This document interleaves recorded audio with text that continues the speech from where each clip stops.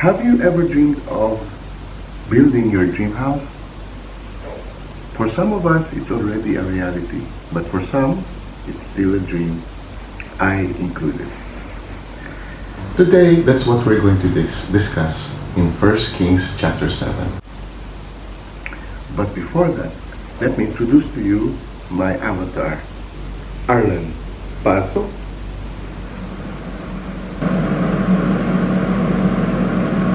Hi, I am Arlen, and this is Arwell's Daily Devotion.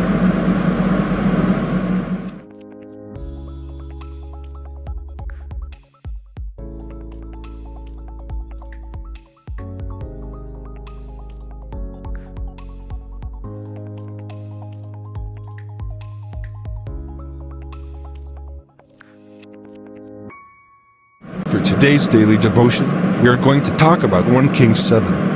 In chapter 6, we see that King Solomon has built the temple of the Lord just as what his father David has imagined. It was elaborate and patterned according to the design of the tabernacle. The last verse of chapter 6 says that King Solomon was able to finish the temple in 7 years. In verse 1 of Kings 7, it starts off with this statement. But Solomon was building his own house 13 years, and he finished all his house. This chapter starts off with the conjunction but.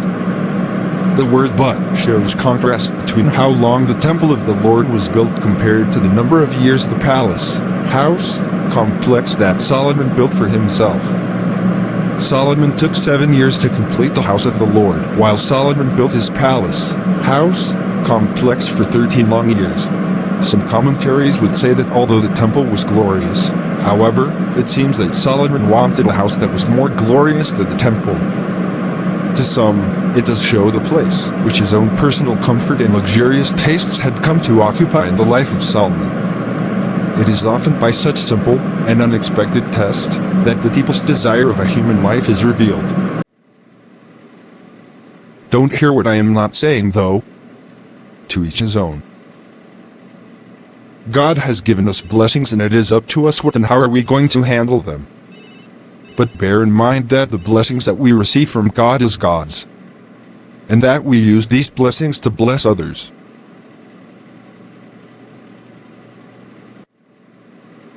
In contrary, some commentaries would say that all Solomon's buildings, 5 of them, the house of the forest of Lebanon, the hall of pillars, the hall of justice, the king's quarters, and the quarter for the daughter of Pharaoh, though beautiful, were intended for use. It took him 13 years or more because he was not that eager to build it, or the materials were not ready, or compared to the work done building the temple, where the workers have supernatural strength. The workers building Solomon's palace are few and are not equipped with supernatural strengths. King Solomon hired Hiram of Tyre to build the furnishings of the temple, 2 pillars of brass named as Jachin and Boaz, the molten sea, and of 10 bases, and 10 layers on them, with other utensils and ornaments. He also brought in the temple the furnishings his father David has made. The most important verse in this chapter is the last verse that says, "So was ended all the work that King Solomon made for the house of the Lord. And Solomon brought in the things which David his father had dedicated for the temple, even the silver, and the gold, and the vessels, did he put among the treasures of the house of the Lord." King Solomon was able to finish his dream house. But above all else, he was able to build the temple of the Lord.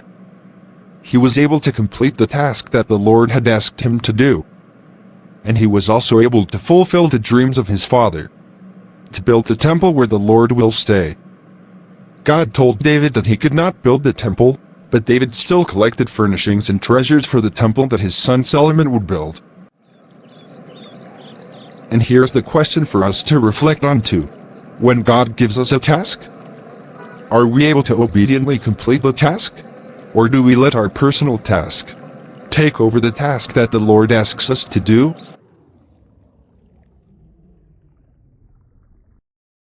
That's it for now. God bless you, church.